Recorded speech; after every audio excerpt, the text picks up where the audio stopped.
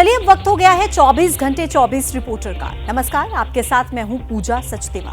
देश दुनिया की 24 घंटे की बड़ी खबरों को लेकर हाजिर हैं हमारे रिपोर्टर्स, जो बताएंगे आपको हर वो खबर जिन्हें जानना आपके लिए जरूरी है। लेकिन सबसे पहले आज की सबसे बड़ी खबर। 6 घंटे तक चली वक्त पर बनी जेपीसी की पहली बैठक। सूत्रों का दावा, विपक्षी दल के सदस्यों ने इस बिल को रिजेक्ट करने की बात कही। जेपीसी की पहली बैठक में अल्पसंख्यक मंत्रालय के अधिकारियों ने नए वक्फ बिल को लेकर प्रेजेंटेशन दिया।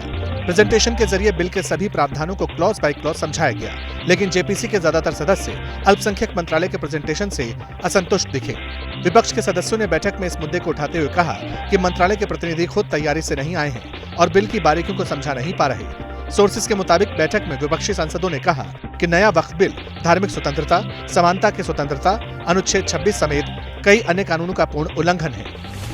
देखिए, संविधान की धारा 26 है जो धार्मिक स्वतंत्रता की आजादी देता है, लेकिन ये जो कोशिश की जा रही है एकमात्र मंशा है जमीनों को कब्जा करके अडानी को देना।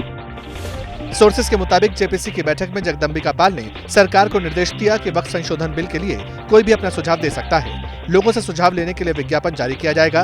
विज्ञापन के जरिए सभी वर्ग, सामाजिक संगठन व्यक्तिगत तौर पर अपना सुझाव जेपीसी को भेज सकेंगे।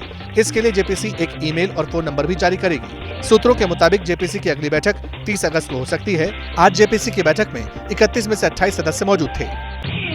सूत्रों के मुताबिक कांग्रेस, टीएमसी, सपा और ओवैसी समेत विपक्षी दलों ने इस बिल को रिजेक्ट करने की मांग उठाई। जेपीसी की बैठक के बीच नए वक्फ बिल के विरोध में एक्टिव हुआ all India personal Law board. कहा, कानून के दायरे में रहकर करेंगे विरोध। दिल्ली में जेपीसी की बैठक के बीच All India Muslim Personal Law Board ने नए वक्फ बिल के विरोध का ऐलान किया। मुस्लिम पर्सनल लॉ बोर्ड ने कहा कि नया वक्फ बिल मुसलमानों से उनकी संपत्ति छीनने की कोशिश है। इसका कानून के दायरे में विरोध किया जाएगा। मैं ये कहता हूँ कि जो पार्टियां जीती हैं वो मुस्लिम और गैर मुस्लिम इत्तेहाद की बुनियाद पर जीती हैं। All India Muslim Personal Law board की नज़र वक्फ बिल से इत्तेफाक नहीं रखने वाले एनडीए में शामिल दलों पर है। एआईएम पीएलबी के पदाधिकारी चंद्रबाबू नायडू और नीतीश कुमार से मुलाकात कर चुके हैं। बोर्ड का दावा है कि दोनों नेताओं ने नए वक्फ बिल का विरोध करने का ऐलान किया है। जो सरकार की मुआविन पार्टियां हैं, हुकूमत में शरीक पार्टियां हैं, वो भी इस सिलसिले में हम लोगों के मौक़िफ़ की तायीद कर रही हैं। All India Muslim Personal Law board JPC के सामने भी अपना पक्ष रखने की तैयारी कर रहा है। बोर्ड जेपीसी के बुलावे का इंतजार कर रहा है। जेपीसी ने कहा, नए वक्फ संशोधन बिल पर सभी स्टेक होल्डर्स से करेंगे बात। हिंडनबर्ग रिपोर्ट की जांच के लिए जेपीसी गठित करने और सेबी प्रमुख के इस्तीफे की मांग को लेकर आज देश के कई शहरों में कांग्रेस ने किया प्रोटेस्ट। हिंडनबर्ग की दूसरी रिपोर्ट के बाद कांग्रेस अदानी ग्रुप को लेकर हमलावर है। आज देश में शहर शहर कांग्रेस कार्यकर्ता सड़क पर उतरे। दिल्ली में जंतर मंतर पर कांग्रेस नेताओं ने धरना दिया। कांग्रेस अदानी ग्रुप के खिलाफ लगे आरोपों की जांच के लिए संसद की संयुक्त समिति यानी जेपीसी गठित करने की मांग कर रही है। मुंबई में ईडी दफ्तर के बाहर यूथ कांग्रेस के कार्यकर्ताओं ने हंगामा किया। यूथ कांग्रेस के हंगामे को देखते हुए यहां रैपिड पुलिस फोर्स को भी तैनात किया गया था। भोपाल में हंगामा कर रहे कांग्रेस कार्यकर्ताओं पर पुलिस को वाटर कैनन का इस्तेमाल करना पड़ा। कांग्रेस कार्यकर्ताओं को रोकने के लिए बैरिकेड्स लगाए गए थे। कांग्रेसी बैरिकेड्स पर चढ़ गए। लखनऊ में यूपी कांग्रेस के अध्यक्ष अजय राय के नेतृत्व में प्रदर्शन करने पहुंचे कांग्रेस कार्यकर्ताओं की पुलिस से झड़प हो गई। पुलिस ने रोका तो कांग्रेस कार्यकर्ता सीएम हाउस चौराहे पर ही धरने पर बैठ गए। रांची में बैनर पोस्टर लेकर कांग्रेस कार्यकर्ता ईडी दफ्तर के बाहर पहुंचे। यहां कांग्रेसियों ने जमकर नारेबाजी की। हैदराबाद से लेकर चंडीगढ़ तक कांग्रेस कार्यकर्ता सड़क पर उतरे।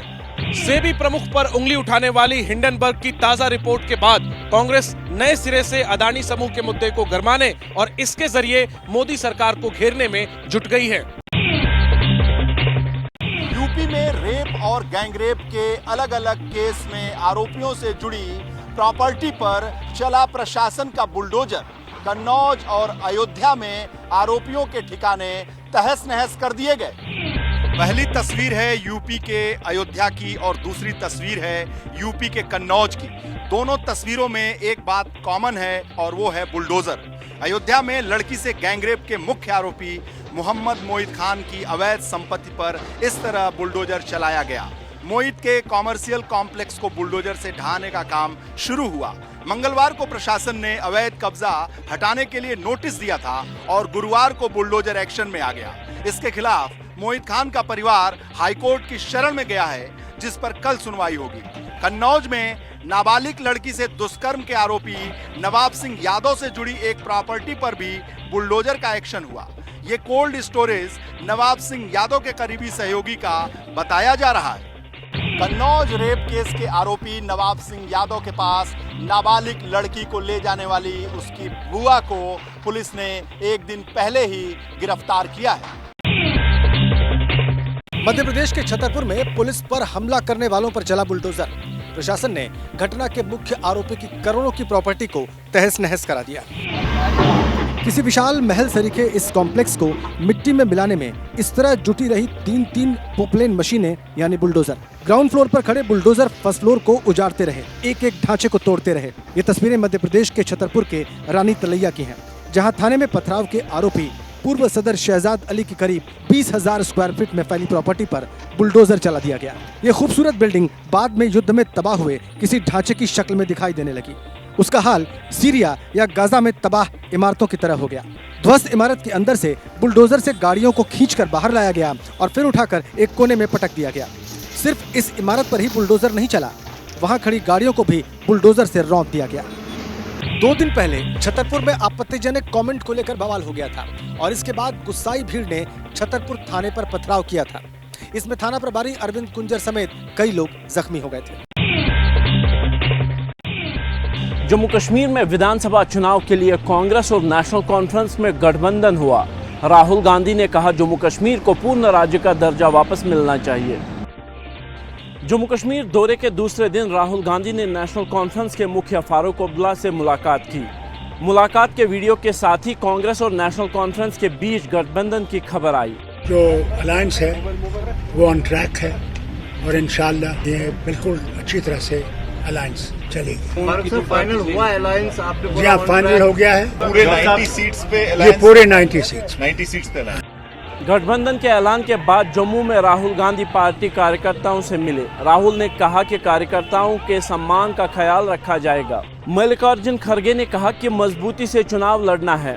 मैं चाहता हूं कि जो भी गठबंधन हो उससे हमारे कार्यकर्ताओं को रिस्पेक्ट मिले। हिंदुस्तान के प्रधानमंत्री की जो कॉन्फिडेंस थी उसको खत्म कर। आपके अस्तित्व का चुनाव है। अगर इसमें आप जीते आप स्टेटहुड पाएंगे।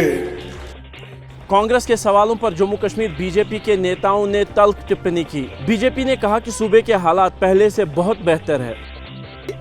तो कभी श्री राहुल गांधी जी और कभी कांग्रेस के राष्ट्रीय अध्यक्ष वहां आइसक्रीम और स्वादिष्ट भोजन का लुत्फ नहीं ले सके। कांग्रेस एनसी के गठबंधन में सीपीएम भी शामिल है। कांग्रेस को उम्मीद है कि पीडीपी के साथ भी सीट शेयरिंग को लेकर सहमति बनाई जा सकती है।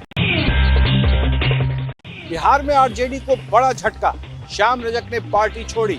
शायराना अंदाज में लालू को भेजा इस्तीफा। मैं शतरंज का शौकीन नहीं था, इसलिए धोखा खा गया। आप मोहरे चल रहे थे, मैं रिश्तेदारी। इसी शायराना अंदाज में अपनी नाराजगी जताते हुए श्याम रजक ने आरजेडी का साथ छोड़ दिया। मोहरे कौन चल रहा था, यह पूछे जाने पर श्याम रजक ने कहा कि आरजेडी के लोग ही थे। मैंने अपने इस्तीफा पत्र में 4 लाइन जो लिख दिया है, उस 4 लाइनों में सारी बातें आ गई है। उससे अलावा मेरे पास कोई शब्द नहीं है। आरजेडी के बड़े दलित चेहरे श्याम रजक को 2020 में फुलवारी से टिकट मिलने की उम्मीद थी, लेकिन ये उम्मीद पूरी नहीं हुई। विधान परिषद का भी सदस्य बनने की ख्वाहिश पूरी नहीं हुई। अब अटकलें हैं कि श्याम रजक फिर से जेडीयू में जा सकते हैं। आप जहाँ रहे अच्छे से रहे, ठीक है, तो उस पे क्या कहना है उनको। गए तो गए, चुनाव आने वाला है, देखता है। आरजेडी छोड़ने के बाद श्याम रजक ने तेजस्वी के विजन पर कुछ भी नहीं कहा, लेकिन अगले साल होने वाले विधानसभा चुनाव से पहले श्याम रजक का पार्टी छोड़ना पार्टी के हित में नहीं है। दिल्ली के सीएम की फोटो के बिना 15 अगस्त का विज्ञापन जारी करने पर हो गया विवाद। दिल्ली सरकार की मंत्री आतिशी ने सूचना विभाग को जारी किया कारण बताओ नोटिस। स्वतंत्रता दिवस पर अखबारों में यह विज्ञापन तो दिल्ली सरकार का छपा है, लेकिन उसमें मुख्यमंत्री अरविंद केजरीवाल की तस्वीर गायब है। ये बात दिल्ली सरकार की मंत्री आतिशी को बहुत नागवार गुजरी है। उन्होंने दिल्ली सूचना और प्रचार विभाग के निदेशक और सचिव को कारण बताओ नोटिस जारी किया है। नोटिस में लिखा है 14 अगस्त 2024 के लिखित निर्देशों और सीएम की तस्वीर के साथ एक पूरे पेज के विज्ञापन वाले क्रिएटिव और मीडिया प्लान को स्पष्ट मंजूरी दिए जाने के बावजूद मंत्री की मंजूरी के बिना ही 15 अगस्त 2024 को निर्देशों का पूरी तरह उल्लंघन करते हुए सीएम की तस्वीर के बिना आधे पेज का विज्ञापन जारी कर दिया गया, जो जानबूझकर मंत्री के निर्देश का पालन न करने जैसा है। इसलिए आपके विरुद्ध कार्रवाई क्यों न शुरू की जाए। मुख्यमंत्री जी की फोटो क्यों नहीं है, ये प्रश्न पूछना क्या कोई गुनाह है, कोई गलती है क्या? अरविंद केजरीवाल भले ही जेल में हैं, लेकिन वो अभी भी दिल्ली सरकार के मुख्यमंत्री हैं। इसीलिए सरकारी विज्ञापन में से उनकी फोटो गायब होने पर आम आदमी पार्टी ने सवाल खड़े किए हैं। वॉर जोन में अब रूस पर यूक्रेन हावी होता हुआ दिखाई दे रहा है। रूस के इलाके में रूस की सेना पर क्लस्टर बम गिरा दिया गया, हजारों जवान फंस गए। रूस की जमीन पर कब्जे के 16वें दिन यूक्रेन ने बारूदी बौछार कर दी।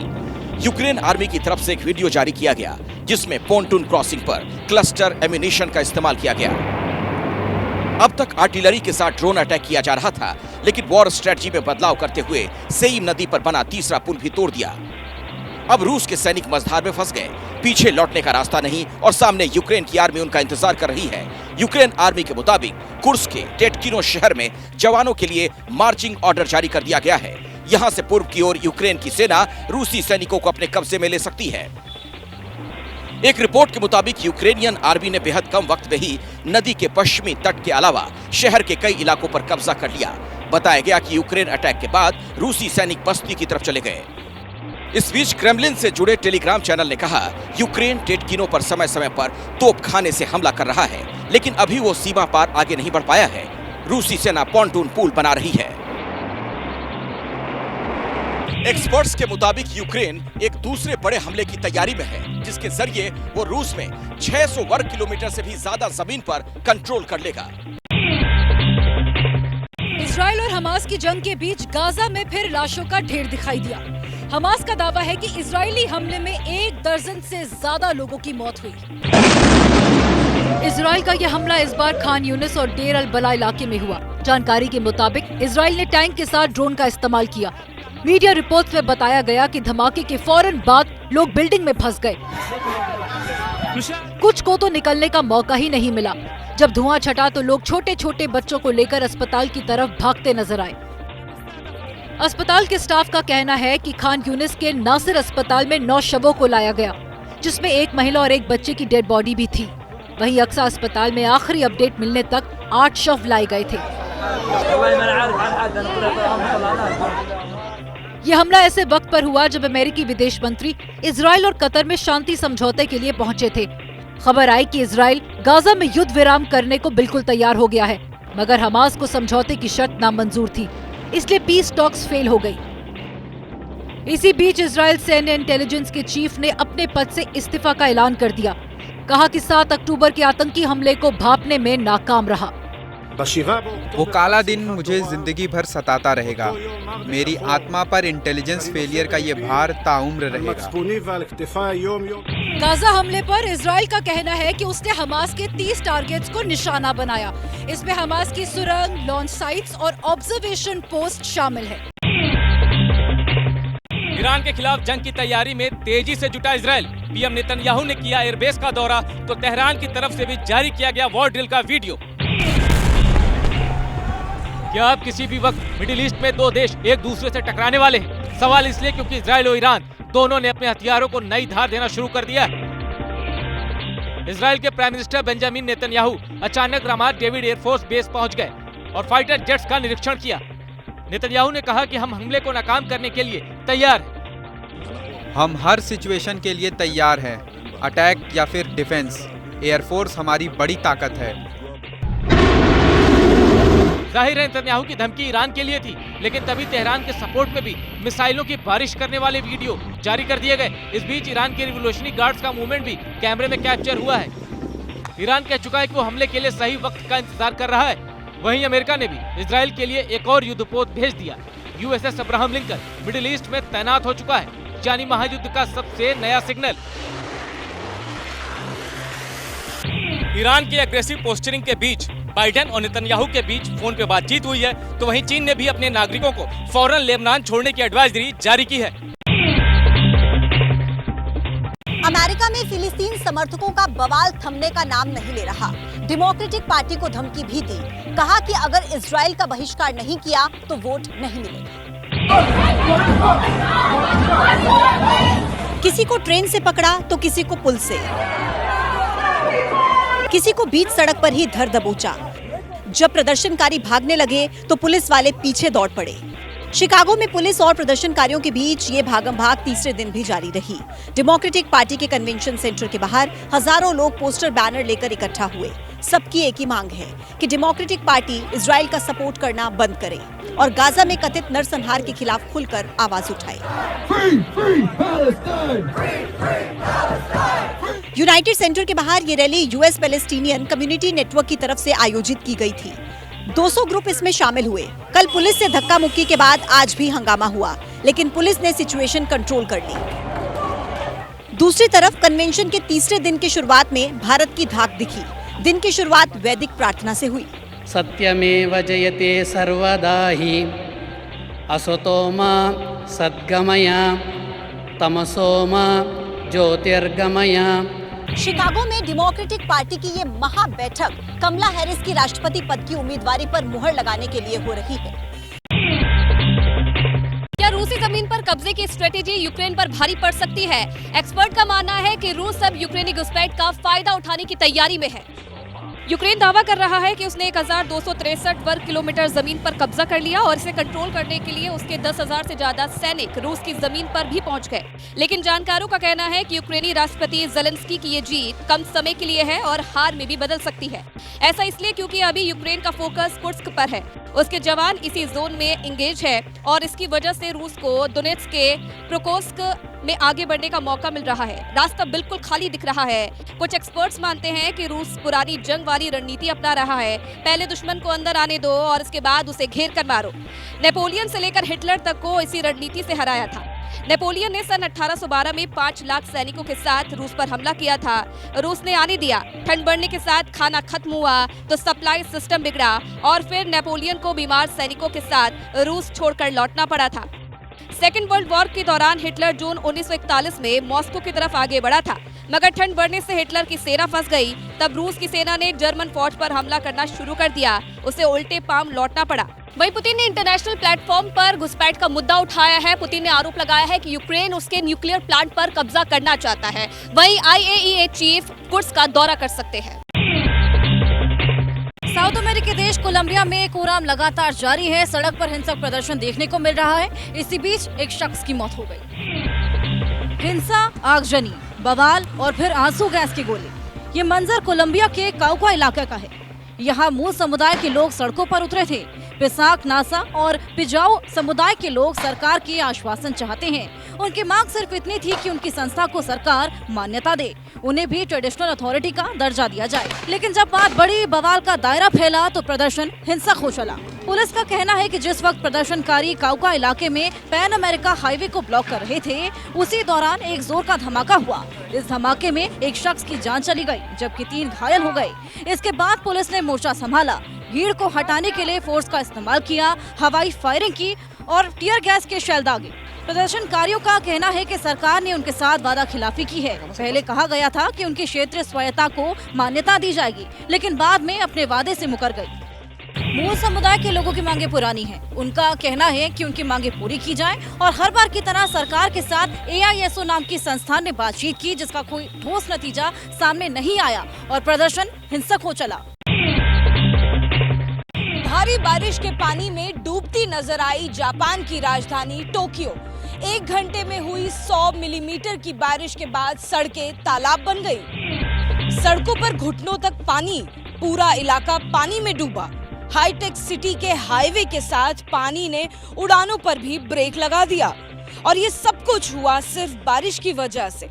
जापान की राजधानी टोक्यो का मौसम बदला और देखते ही देखते कई दिनों का पानी एक बार में बरस गया। जापान का सिस्टम टॉप क्लास है, जल निकासी की व्यवस्था अप टू डेट है, लेकिन इसके बावजूद कुदरत के आगे सारे सिस्टम फेल हो गए। जापान के मिनाटो-कू इलाके में पानी की सबसे ज्यादा मार दिखाई दी। लोकल ट्रांसपोर्ट के साथ ट्रेनों की आवाजाही भी ठप हो गई। हैनेडा एयरपोर्ट पर पानी भरने के चलते ग्राउंड ऑपरेशंस को रोका गया, उड़ानों को डाइवर्ट करना पड़ा, जबकि कुछ रद्द भी कर दी गईं। जापान के मौसम विभाग के मुताबिक तापमान में बढ़ोतरी, भीषण गर्मी और असंतुलित वातावरण की वजह से अचानक इतनी बारिश हो गई। कुछ दिन पहले इसी तरह की तस्वीरें दिल्ली के पास गुरुग्राम से आई थी, जहां चंद घंटों की बारिश के बाद ही पूरा इलाका पानी में डूब गया था। रूस यूक्रेन वॉर पर प्रधानमंत्री मोदी का जेलेंस्की और पुतिन को सीधा संदेश। पोलैंड की जमीन से मोदी ने कहा, ये युग युद्ध का नहीं है। कुछ घंटों बाद वॉर जोन में जेलेंस्की से मिलेंगे मोदी। पोलैंड दौरे के दूसरे दिन मीटिंगों का दौर चला। पोलैंड और भारत की दोस्ती नेक्स्ट लेवल पर पहुंच गई। आर्थिक साझेदारी स्ट्रेटेजिक पार्टनरशिप में बदली, लेकिन इन सब के बीच मोदी का फोकस मिशन वॉर जोन पर रहा। 16 घंटे में 2 बार मोदी ने रूस यूक्रेन वॉर को लेकर बयान दिया। पीएम ने कह दिया कि अब जंग के दिन चले गए, दूसरी चुनौतियों से निपटने का वक्त है। यूक्रेन और पश्चिम एशिया में चल रहे संघर्ष हम सभी के लिए गहरी चिंता का विषय है। भारत का यह दृढ़ विश्वास है कि किसी भी समस्या का समाधान रणभूमि में नहीं हो सकता। बायलैटरल मीटिंग के बाद ज्वाइंट प्रेस कॉन्फ्रेंस में पोलैंड के पीएम डोनाल्ड टस्क ने भी मोदी की बातों का खुलकर सपोर्ट किया। डोनाल्ड टस्क ने कहा कि पीएम मोदी जंग का खात्मा चाहते हैं। हमें उम्मीद है कि भारत सीज फायर में अहम योगदान निभा सकता है। इससे पहले इंडियन कम्युनिटी को संबोधित करते हुए भी मोदी ने रूस और यूक्रेन के बीच सीज फायर को प्रायोरिटी दी थी। इस रीजन में भी स्थायी शांति का एक बड़ा पैरोकार है। भारत का मत एकदम साफ है, ये युद्ध का युग नहीं है। मोदी का यूक्रेन दौरा ऐसे हालात में हो रहा है जब यूक्रेन ने रूस के एक और इलाके पर कब्जा करने का दावा किया है और साथ ही मॉस्को में यूक्रेन ने ड्रोन से हमला भी किया था। प्रधानमंत्री नरेंद्र मोदी के यूक्रेन दौरे को लेकर एक और बड़ी खबर सामने आ रही है। सूत्र ये जानकारी दे रहे हैं कि प्रधानमंत्री जब तक कीव में रहेंगे, रूस यूक्रेन पर हमला नहीं करेगा। रूसी रक्षा मंत्रालय लगातार यूक्रेन पर हमले के वीडियो जारी करता है। रोजाना यूक्रेन को हुए कथित नुकसान के आंकड़े गिनाता है, लेकिन मोदी के दौरे पर बारूद वाले इस नॉन स्टॉप सिस्टम पर थोड़ी देर के लिए ब्रेक लग सकता है। रूस मोदी के कीव दौरे का सम्मान करेगा कि बच्चों का ये न सिर्फ यूक्रेन में बल्कि माना ये जाता है कि पूरे यूरोप में इस हॉस्पिटल का नाम है। कीव के इस हॉस्पिटल में हजारों बच्चों का इलाज चलता है स्पेशलिस्ट के तौर पर। यहाँ पर जो डॉक्टर मौजूद हैं वो यूक्रेन में तो क्या यूरोप के कई हिस्सों में उस तरह के डॉक्टर नहीं मिलते हैं, लेकिन इस अस्पताल पर ये युद्ध के दौरान इस तरह का हमला, विध्वंसक हमला होना, इसकी पूरी दुनिया में निंदा की गई। इस बीच मोदी के कीव दौरे की डिटेल सामने आ रही है। पता चला है कि नरेंद्र मोदी कीव आने और जाने में करीब 20 घंटे स्पेशल फोर्स 1 ट्रेन से बिताएंगे। ट्रेन में लगे सर्विलांस सिस्टम और सिक्योर कम्युनिकेशन नेटवर्क से देश दुनिया के संपर्क में रहेंगे। पीएम मोदी कीव में लगभग 7 घंटे रुकेंगे। कीव में पीएम मोदी की सुरक्षा में भारत के एसपीजी के अलावा सिक्योरिटी सर्विस ऑफ यूक्रेन के जवान तैनात रहेंगे। ये बिल्डिंग का जिस तरह से पूरा हिस्सा यहाँ से टूट गया है, उसको देखते हुए लगता ये है कि नुकसान बहुत ज्यादा हुआ होगा। ऊपर तक देखिए आप, आज भी 1 महीने से ज्यादा का वक्त हो चुका है, लेकिन बावजूद उसके तबाही के निशान आज भी इस हॉस्पिटल पर मौजूद हैं। अब सवाल यह है कि ऐसी तबाही और ऐसे युद्ध से आखिरकार किसको क्या फायदा होगा? कायदे से इसे रोकना चाहिए, शांति का रास्ता निकलना चाहिए। कीव स्टेशन पहुंचने पर पीएम मोदी को राष्ट्रपति जेलेंस्की रिसीव करेंगे। मीटिंग पहले से शेड्यूल है। पीएम मोदी यूक्रेन के राष्ट्रपति जेलेंस्की के साथ आपसी हितों के अलावा क्षेत्रीय और अंतर्राष्ट्रीय मुद्दों पर चर्चा करेंगे। यूक्रेन की पार्लियामेंट में पीएम मोदी का संबोधन भी होगा। पिछले साल फरवरी में अमेरिकी राष्ट्रपति जो बाइडेन ने भी कीव का दौरा किया था और वो उस दौरान ट्रेन से ही कीव पहुंचे थे। उस दौरान अमेरिका ने यूक्रेन को $500 मिलियन आर्थिक मदद का ऐलान किया था। चंद्रयान 3 के खोज का लोहा पूरी दुनिया मान रही है। डेटा से पता चला है कि चांद की सतह पर था मैग्मा का महासागर। मैग्मा मतलब खौलती हुई पिघली हुई वो चट्टान जो धरती के नीचे पाई जाती है। 23 अगस्त 2023 को भारत के चंद्रयान 3 की चांद के साउथ पोल पर सॉफ्ट लैंडिंग हुई। विक्रम लैंडर से प्रज्ञान रोवर निकला और चांद की सतह पर 100 मीटर का फासला तय किया। इसी दौरान अलग अलग पॉइंट्स पर चांद की मिट्टी के नमूने लिए गए, जिसे बाद में एक्सपर्ट्स की टीम ने बारीकी से जांचा। अब नेचर नाम की मशहूर रिसर्च मैगजीन ने इसका डेटा पब्लिश किया है। डेटा को स्टडी करने के बाद रिसर्च टीम ने रोवर के सैंपल से ये भी पता लगाया कि चंद्रमा की मिट्टी एक तरीके की चट्टान फेरॉन एस्ट्रोनिसाइट से बनी है। ऐसा माना जाता है 2 प्रोटो प्लैनेट्स के टकराने से चंद्रमा बना, जिसमें थ्योरी के अकॉर्डिंग कहते हैं कि बड़ा प्लैनेट हमारी पृथ्वी थी और छोटा हमारे आपके चंद्रमा। आखिर lady doctor rape murder case में कौन सा बड़ा राज अपने सीने में छिपाए बैठे हैं पूर्व principal Sandeep Ghosh? CBI polygraph test से ये पता लगाएगी। जिस मेडिकल कॉलेज अस्पताल में लेडी डॉक्टर का रेप और मर्डर हुआ, उसके प्रिंसिपल रहे डॉक्टर संजीव घोष पर सीबीआई का शिकंजा कसता जा रहा है। आज सुबह भी सीबीआई दफ्तर में संदीप घोष से लंबी पूछताछ हुई, लेकिन शाम को सीबीआई संदीप घोष को सियालदा कोर्ट ले गई और कोर्ट से घोष के पॉलीग्राफ टेस्ट की इजाजत मांगी। कोर्ट से डॉक्टर संदीप घोष के पॉलीग्राफ टेस्ट की मंजूरी मिल गई। साथ ही 4 डॉक्टरों की भी पॉलीग्राफ टेस्ट की कोर्ट से इजाजत मिल गई है। ये चारों डॉक्टर वो हैं जिन्होंने लेडी डॉक्टर के साथ कत्ल की रात डिनर किया था। वो 4 डॉक्टर इस जांच में इसलिए अहम हैं क्योंकि उन्होंने ही आरोपी संजय राय और लेडी डॉक्टर को देखा था। सीबीआई को लग रहा है कि उसकी पूछताछ में ये किरदार सच नहीं बता रहे हैं या कुछ छिपा रहे हैं, इसीलिए इन सभी का पॉलीग्राफ टेस्ट कराया जा रहा है। सीबीआई ने टाला पुलिस स्टेशन के ऑफिसर इंचार्ज अभिजीत मंडल को भी देर शाम अपने ऑफिस में तलब किया। उन्हें क्यों बुलाया गया ये साफ नहीं है। असल में पिछले 7 दिनों में संदीप घोष ने जो बयान दिए हैं वो सीबीआई की टीम के गले नहीं उतर रहे हैं। सीबीआई को लग रहा है कि कोई एक बड़ा राज संदीप घोष छिपा रहे हैं। Lady doctor rape murder case के आरोपी संजय राय के बर्ताव से हैरान है साइकोलॉजिकल टेस्ट करने वाले डॉक्टर्स की टीम। संजय राय को बताया यौन विकृत मानसिकता वाला शख्स, न कोई डर, न कोई पछतावा, न माथे पर कोई शिकन। जिन 5 डॉक्टर्स ने रेप और मर्डर केस के आरोपी संजय राय का साइकोलॉजिकल टेस्ट किया, वो उसके व्यवहार से बेहद चौंक गए। सूत्रों के मुताबिक साइकोलॉजिकल टेस्ट के दौरान संजय राय ने बताया कि वो अक्सर रेड लाइट एरिया जाता रहता था। वारदात के दिन क्या वो रेड लाइट एरिया गया था, इस पर उसने गुमराह करने वाला जवाब दिया। संजय राय ने कबूल किया कि वारदात के दिन उसने पॉर्न वीडियो देखे थे। बर्बरता को बयान करते वक्त संजय राय के चेहरे और माथे पर कोई शिकन नहीं थी। कई बार वो जवाब देते वक्त मुस्कुरा भी रहा था। ये वो डिसऑर्डर है जहाँ पे मल्टीपल सेक्सुअल पार्टनर्स चाहिए होते हैं, मल्टीपल तरीके से एक्ट किया जाता है, तब भी संतुष्टि नहीं मिलती। सेक्स की एडिक्शन लग जाती है और इसमें अगर हम इलाज ना करें तो परिणाम जो आपने देखा कलकत्ता में वही होता है। सूत्रों के मुताबिक संजय राय ने यह भी बताया कि उसने लेडी डॉक्टर के साथ वो बर्बरता किस तरह से की, ये बयां करते वक्त वो एकदम सहज था। सीबीआई सूत्रों के मुताबिक साइकोलॉजिकल टेस्ट में आरोपी संजय राय के यौन विकृत मानसिकता वाला शख्स होने का पता चला है। इस बीच कोलकाता में आरजीकर मेडिकल कॉलेज और हॉस्पिटल के पूर्व प्रिंसिपल संदीप घोष से सीबीआई ने आज भी पूछताछ की। इससे पहले 6 दिन में संदीप घोष से 75 घंटे पूछताछ हो चुकी है।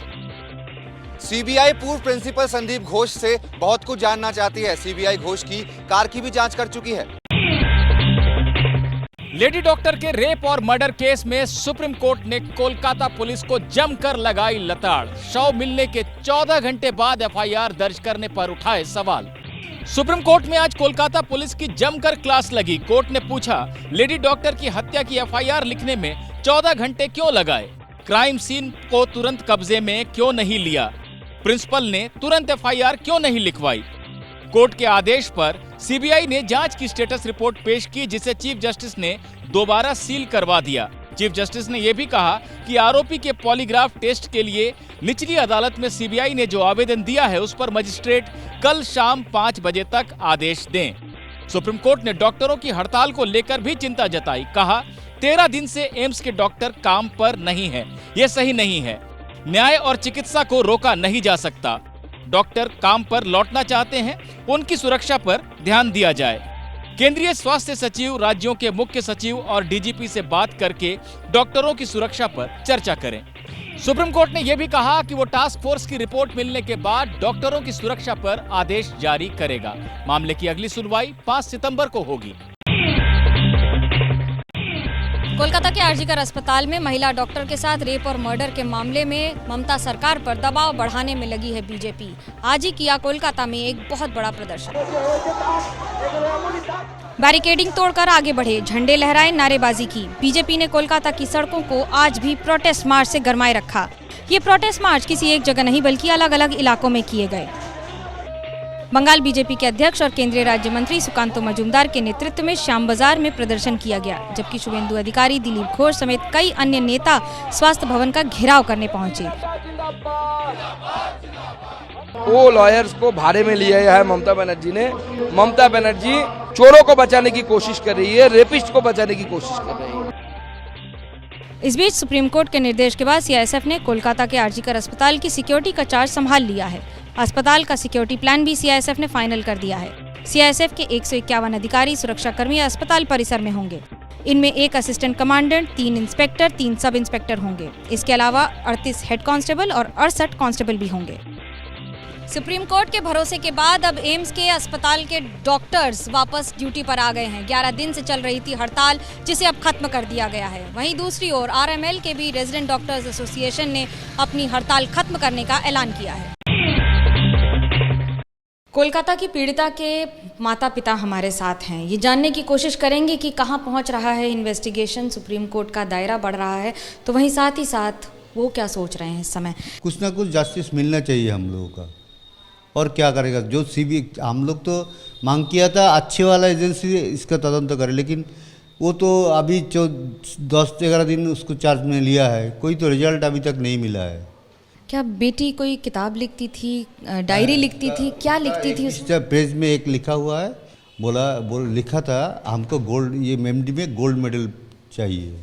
डायरी जो लिखती थी वो डायरी अभी आपके पास है कि हमारा तो कॉलेज में ही था, वो तो सीजन लिस्ट में है, सीबीआई का बस गया है कि नहीं है, तो वही उसका बात है। इतना दिन से बाहर नहीं आ रहा है, पकड़ नहीं गया, कोई ना कोई तो साजिश है ही उसका। सरकार ने जल्दी की उसकी अंतिम संस्कार करने में, थोड़ा जल्दीबाजी तो की थी, किस लिए किया था वो उसका मालूम है। डिपार्टमेंट जानता है कौन है और तो जानता है, वो जरूर जानता है, डिपार्टमेंट का अंदर हुआ है, नहीं जानेगा।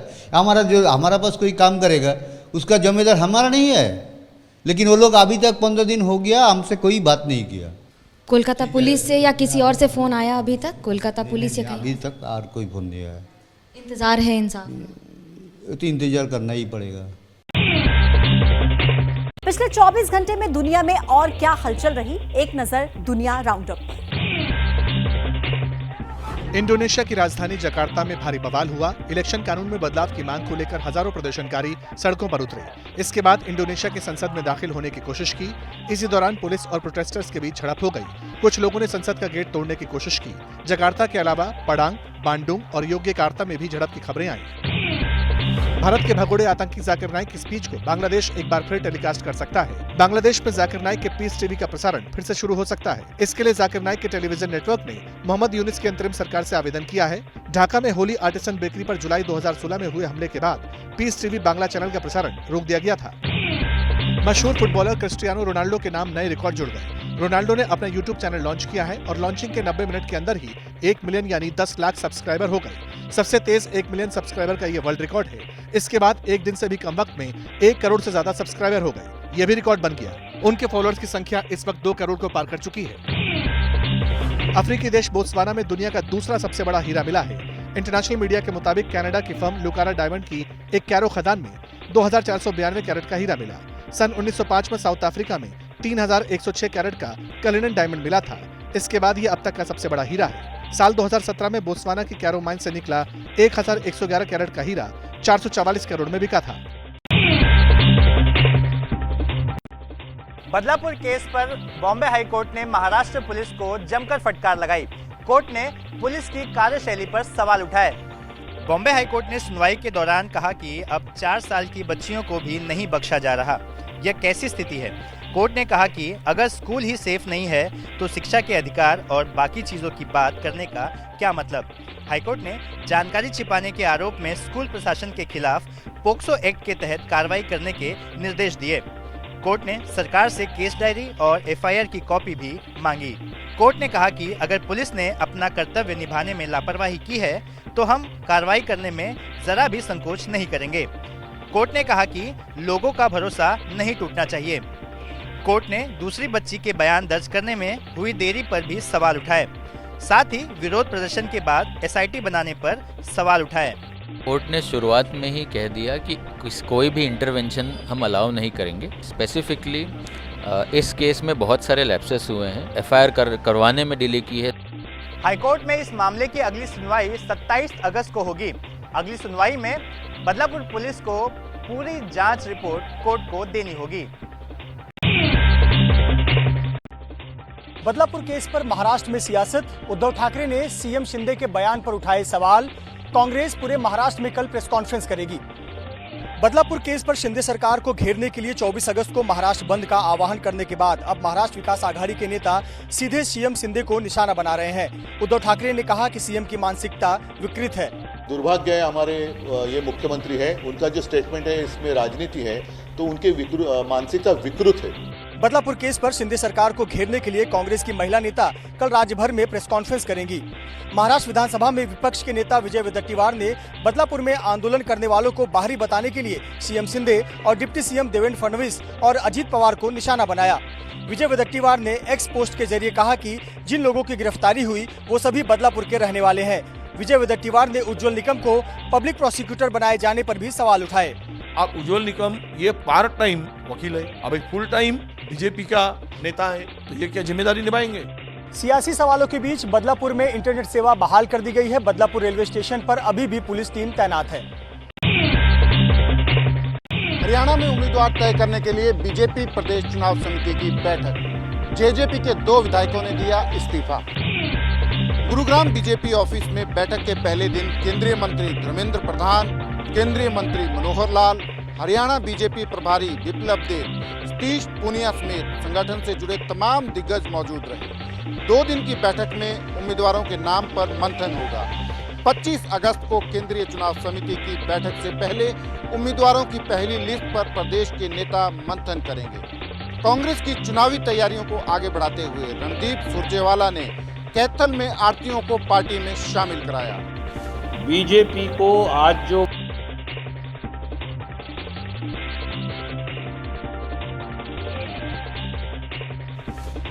इसी बीच जेजेपी के 2 विधायकों रामनिवास सुरजाखेड़ा और जोगीराम सिहाग ने विधानसभा से इस्तीफा दे दिया है। इन दोनों विधायकों को जेजेपी ने विधानसभा अध्यक्ष से दल बदल कानून के तहत अयोग्य घोषित करने की मांग की थी। भारतीय जनता पार्टी एक अच्छी पार्टी है, बड़ी अच्छी पार्टी है, और उसमें जो माननीय पूर्व मुख्यमंत्री रहे मनोहर लाल जी, उसको बड़ी अच्छी उनकी विचारधारा से चुनाव। सूत्रों का दावा है कि दिल्ली में केंद्रीय चुनाव समिति की बैठक के बाद बीजेपी हरियाणा में उम्मीदवारों की पहली लिस्ट जारी कर देगी। बीजेपी की पहली लिस्ट में दिग्गजों के नाम हो सकते हैं। ऐप बेस्ड कैब सर्विस के विरोध में दिल्ली में ऑटो टैक्सी की हड़ताल। स्ट्राइक की वजह से दिन भर परेशान हुए लोग। ओला उबर के खिलाफ दिल्ली में टैक्सी और ऑटो ड्राइवर ने चक्का जाम किया और जमकर नारेबाजी की। 15 से ज्यादा ऑटो और टैक्सी ड्राइवर यूनियन इस हड़ताल में शामिल हैं। हड़ताल के कारण दिल्ली की सड़कों से 4 लाख टैक्सी और 1 लाख ऑटो गायब रहे। हड़ताल कर रहे ऑटो और टैक्सी ड्राइवर्स की मांग है कि सरकार ऐप बेस्ड टैक्सी सर्विस को रेगुलेट करे। तो हम ये कहना चाहते हैं, चंदे के धंधे का खेल खत्म होना चाहिए। भाई यही मांग है कि कमीशन कम करो। जो ये बाइकें चल रही हैं, मोटरसाइकिल, इनको तत्काल प्रभाव से बंद किया जाए। ऑटो टैक्सी की हड़ताल के कारण दिन भर लोग परेशान होते रहे। कई जगहों पर हड़ताल कर रहे ड्राइवर्स पर ऐप बेस्ड ऑटो और टैक्सी ड्राइवर्स से बदसलूकी का आरोप भी लगा। ऑटो टैक्सी चालकों की मांग है सरकार से कि अपना ऐप लॉन्च करना चाहिए। ये हड़ताल कल भी जारी रहेगा। पंजाब के किसानों की शंभू बॉर्डर के जरिए दिल्ली में दाखिल होने की हसरत फिलहाल हसरत ही रह जाएगी। फिलहाल शंभू बॉर्डर नहीं खुलेगा। करीब 6 महीने से शंभू बॉर्डर पर डेरा डाले किसानों का इंतजार कुछ और बढ़ गया है। शंभू बॉर्डर का फिलहाल खुलने का कोई चांस नहीं है। शंभू बॉर्डर को लेकर आज सुप्रीम कोर्ट में सुनवाई हुई। पंजाब और हरियाणा सरकारों ने किसानों के साथ हुई बैठक की रिपोर्ट सुप्रीम कोर्ट को दी। कोर्ट ने दोनों सरकारों को किसानों से बैठक जारी रखने को कहा है। सुप्रीम कोर्ट ने इस मसले के सौहार्दपूर्ण हल पर जोर दिया। साथ ही ये भी कहा कि वो अपनी तरफ से भी वार्ताकार नियुक्त करेगा। इस मामले में सुप्रीम कोर्ट में अब अगली सुनवाई 2 सितंबर को होगी, यानी शंभू बॉर्डर फिलहाल बंद ही रहेगा। पंजाब हरियाणा हाई कोर्ट ने 10 जुलाई को आदेश देते हुए शंभू बॉर्डर को 1 हफ्ते में खोलने की बात कही थी, जिसके खिलाफ हरियाणा सरकार सुप्रीम कोर्ट पहुंच गई थी।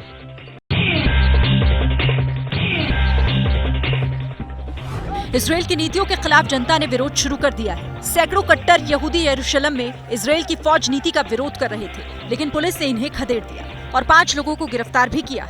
दरअसल इजराइल में 18 साल से ऊपर सबके लिए मिलिट्री ट्रेनिंग जरूरी है और युद्ध के वक्त सेना में शामिल होना होता है, लेकिन ये नियम कट्टर यहूदियों पर लागू नहीं था। हालांकि सुप्रीम कोर्ट के फैसले के बाद इन यहूदियों का सेना में जाना जरूरी हो गया है। रूसी अफसरों ने यूक्रेन के सीमा से लगे इलाकों में लोगों से डेटिंग एप्स को फोन से हटाने और सोशल मीडिया का इस्तेमाल नहीं करने की अपील की है। रूसी अफसरों का कहना है कि डेटिंग और सोशल मीडिया ऐप के जरिए यूक्रेनी सेना को इलाके की संवेदनशील जानकारी मिल रही है। इस जानकारी की मदद से वो कुर्स्क क्षेत्र में घुसपैठ कर रहे हैं। पुर्तगाल के जंगलों की आग बढ़ती जा रही है। 7 दिन बाद भी इस पर काबू नहीं पाया गया। जानकारी के मुताबिक पुर्तगाल के मदेरा इलाके में आग का सबसे ज्यादा असर है और ये आग अब बीको रुइवो तक पहुंच गई है। आग की वजह से सैकड़ों लोगों को घर छोड़ना पड़ा है। 4300 हेक्टेयर का इलाका जलकर खाक हो चुका है। ईरान में पाकिस्तानी तीर्थयात्रियों को ले जा रही एक बस पलट गई। इस दुर्घटना की वजह से कम 28 यात्रियों की मौत हो गई है। 23 घायल हो गए हैं। पुलिस जांच में पता चला कि ब्रेक नहीं लगने की वजह से ये हादसा हुआ। ये सड़क हादसा ईरान की यज़्द प्रोविंस में हुआ, जो तेहरान से 500 किलोमीटर दूर है। पाकिस्तान के तीर्थयात्री शिया समुदाय से थे और ये सभी अरबईन के लिए इराक के शहर करबला जा रहे थे। जापान में बेहद हैरान कर देने वाला वीडियो सामने आया है। जापान के एयरपोर्ट स्टोर से एक जोड़ी कैंची गायब हो गई, जिसका असर हजारों यात्रियों पर पड़ा। सिक्योरिटी कंसर्न की वजह से 237 फ्लाइट प्रभावित हुई। इनमें से 36 उड़ानें पूरी तरह से रद्द करनी पड़ी, जबकि 201 फ्लाइट का समय बदला गया। जापान के होक्काइडो के न्यू चिटोज हवाई अड्डे के घरेलू टर्मिनल पर यह घटना हुई। बाद में पता चला कि दोनों कैंची स्टोर में ही रखी हुई थी। यूपी में कल से होने वाली पुलिस भर्ती परीक्षा के लिए फुल प्रूफ इंतजाम। 23, 24, 25, 30 और 31 अगस्त को होगी लिखित परीक्षा। 67 जिलों में बनाए गए हैं सेंटर। परीक्षा के दौरान किसी भी गड़बड़ी को रोकने के लिए योगी सरकार चौकस है। चप्पे चप्पे पर पुलिस फोर्स की तैनाती रहेगी। परीक्षा केंद्र के रास्ते पर भी सीसीटीवी से नजर रखी जाएगी। हॉटस्पॉट की ड्रोन कैमरों से चेकिंग की जाएगी। STF, local police, crime branch समेत कई एजेंसियां एग्जाम सेंटर्स के आसपास सक्रिय रहेंगी। परीक्षा के दौरान गड़बड़ी रोकने के लिए नए सीसीटीवी कैमरा भी इंस्टॉल किए गए हैं। परीक्षा केंद्रों पर सुरक्षा के कड़े इंतजाम रहेंगे। एग्जाम सेंटर पर एसपी, एएसपी और सीईओ को पर्यवेक्षक बनाया गया है। परीक्षा केंद्रों के अंदर एक सुरक्षा अधिकारी भी तैनात रहेगा। परीक्षा केंद्रों पर भीड़ और पेपर देने वालों की तादाद को देखते हुए पुलिस फोर्स की तैनाती रहेगी। पुलिस आरक्षी के लिए परीक्षा 17 और 18 फरवरी को भी हुई थी, लेकिन पेपर लीक की शिकायत के बाद परीक्षा रद्द कर दी गई थी। इस बार नहीं टलने वाली है फिल्म पुष्पा 2 की रिलीज डेट। फिल्म के लीड एक्टर अल्लू अर्जुन ने खुद ही कर दी है इस बात की पुष्टि, यानी 6 दिसंबर को अब एक और बॉलीवुड फिल्म से पुष्पा 2 की टक्कर तय मानी जा रही है। डिसेंबर 6 అస్సలు తగ్గేదేలే। पुष्पा 2 की रिलीज टलने की अफवाहों पर अल्लू अर्जुन ने लगा दिया है फुल स्टॉप। अल्लू अर्जुन की जिस फिल्म का दर्शकों को बेसब्री से इंतजार था, वो अब 6 दिसंबर को ही रिलीज होने जा रही है। अल्लू अर्जुन ने मैं झुकेगा नहीं वाले अंदाज में इसका ऐलान कर दिया है।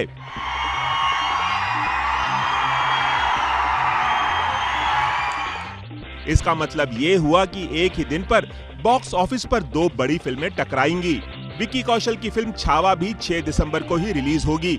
ये फिल्म छत्रपति शिवाजी महाराज के बेटे छत्रपति संभाजी महाराज के शौर्य पर आधारित है।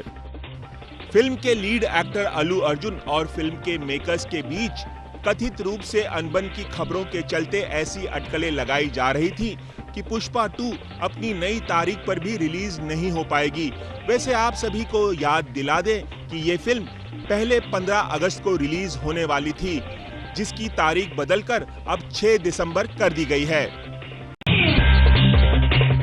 आतंक के खिलाफ दिल्ली पुलिस स्पेशल सेल की बड़ी कामयाबी, 4 राज्यों में छापेमारी, 6 संदिग्ध आतंकी गिरफ्तार तो 8 हिरासत में। स्पेशल सेल की टीम ने राजस्थान, यूपी और झारखंड में ज्वाइंट ऑपरेशन चलाकर अलग अलग ठिकानों पर छापेमारी की। छापेमारी में अलकायदा से प्रभावित आतंकी मॉड्यूल का भंडाफोड़ हुआ। इस मॉड्यूल को रांची का डॉक्टर इश्तियाक लीड कर रहा था। ज्वाइंट एक्शन में पुलिस ने राजस्थान के भिवाड़ी से 6 संदिग्धों को गिरफ्तार किया। झारखंड और उत्तर प्रदेश से भी 8 संदिग्ध हिरासत में लिए गए हैं। यह आतंकी मॉड्यूल देश में आतंकी वारदातों को अंजाम देने की फिराक में था। मॉड्यूल के सदस्यों को हथियार चलाने की ट्रेनिंग अलग अलग जगहों पर दी गई थी। छापेमारी के दौरान आतंकियों के ठिकाने से भारी मात्रा में हथियार बरामद किए गए हैं। पुलिस की टीम गिरफ्तार किए गए संदिग्धों से पूछताछ कर रही है। इन संदिग्धों से पूछताछ के बाद कई और आतंकियों की गिरफ्तारी हो सकती है। 24 घंटे 24 रिपोर्टर में आज के लिए इतना ही। कल रात 9:40 पर फिर से होंगे हाजिर। तब तक देश दुनिया की बाकी खबरों के अपडेट्स के लिए आप बने रहिए एबीपी न्यूज के साथ। जैसे ही घड़ी का काटा दोपहर 2:30 पे आए, बबीता जी का दिल सास बहू साजिश के लिए मचल जाए।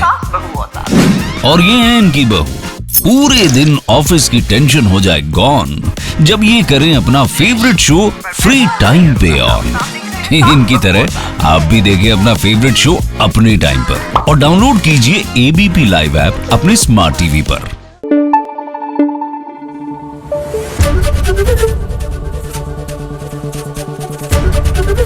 एबीपी न्यूज आपको रखे आगे।